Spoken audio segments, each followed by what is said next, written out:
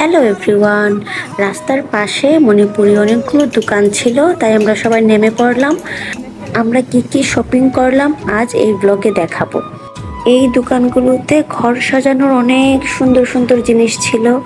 আমার ঘর সাজানোর জিনিস দেখতে বা কিনতে কি যে ভালো লাগে। আমার মণিপুরি ড্রেস, শাড়ি, মণিপুরি ব্যাগ, আদিবাসীদের সব ধরনের ব্যবহারযোগ্য জিনিসই আমার ভালো লাগে। ওনাদের কাপড় চোপড় ও খাবার দাবারে আলাদা একটা ভাইবই থাকে। মণিপুরি শাড়িগুলা যে কি সুন্দর হয়, ড্রেসগুলো তো আর বলার অপেক্ষাই রাখে না।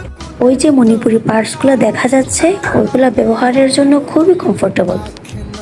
আমরা কয়েকটা মণিপুরি শাড়ি কিনেছিলাম, মণিপুরি ব্যাগও কিনেছিলাম, আরও কিছু জিনিসপত্র কিনেছিলাম যা ঘর সাজানোর। এইখানে হাতে গোনা কয়েকটা দোকান ছিল, আমরা সবগুলো দোকানে ঘুরে ঘুরে দেখছিলাম। আর এই কথা না বললেই নয়,